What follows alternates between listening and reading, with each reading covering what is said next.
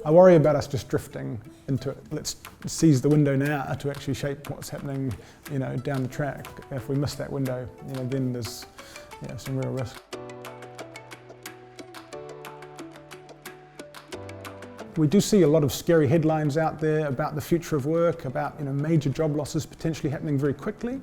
It's understandable to find those alarming, but I'm 31 years old myself and have tried to take a close look at that, and I think it's clear to me that some of those are over-alarmist and that we have a little bit more time to shape the future that's coming. There is going to be change coming in terms of what we work on, in particular what we do at work, but I think the key is that we actually shape that future ourselves and think about what we would like the future to look like. And I think that young people entering high school today are exactly the kind of people who should be asking questions about, are we being intentional and deliberate about the future we're creating? What are we doing to make sure people have the right education and the right skills to get there? What are we doing to make sure that the kind of technology we're adopting is helping young New Zealanders to get a job, and helping also to make sure the future we move into is one that is combating climate change as it should. So I think being very intentional now is really the key step. And I think there's lots of things that the government, that individuals, that students can be doing today to prepare for that. And I would just encourage people to engage in a debate around what they would like to see in the future of work, because we do have a window to shape it, but that window isn't going to be there forever.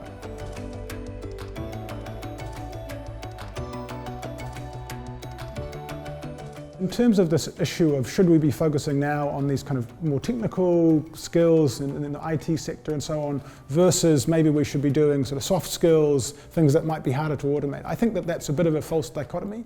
I think we need to be looking at both. I do think it's very important that some of those skills like working in teams, being able to understand and empathise with the people that you work with, figuring out if there's a problem and how you can solve that in a team environment, that's going to remain fundamental. And I think those skills are transferable to a lot of different careers, and so kind of making sure that our education system and young people today get a chance to build those skills, those social emotional skills, is really critical. Now I do think, of course, the kinds of hard skills that are looked for in the job market today are also changing. Things like coding are very valuable, and we see lots of growth in the job market for IT jobs.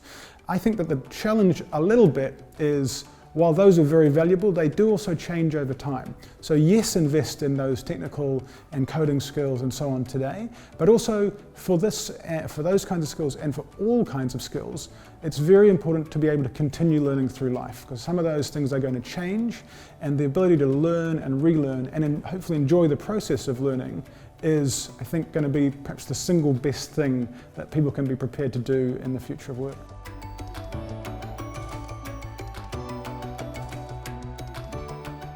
It's important to be able to continue learning throughout life, and that requires motivation. And so to have that motivation to be able to engage and keep learning over time, you have to enjoy what you're doing. And so I would still say, I think as people are told today, that finding something that you're interested in, that excites you, that motivates you, and that you could imagine studying or thinking about or working on for a sustained period for a long time is still the place to start. So I would say, look for what excites you, because you're going to need to continue being able to do this for some time. And then I would say, I think that those kinds of skills, in terms of building teams, working with people, they can be learned in different subjects as well. So it's not necessarily about picking just one subject that will be favoured in the future. I think it's about following things that interest you, and then through those things that interest you, working with teams, learning to lead, learning to deal with and resolve problems, thinking logically and rationally and breaking down an issue. All of that, I think, can be learned in different subjects, but the key is it's something that interests you, and so you're motivated to keep doing it over time, and can come back to it and upgrade your skills in the future.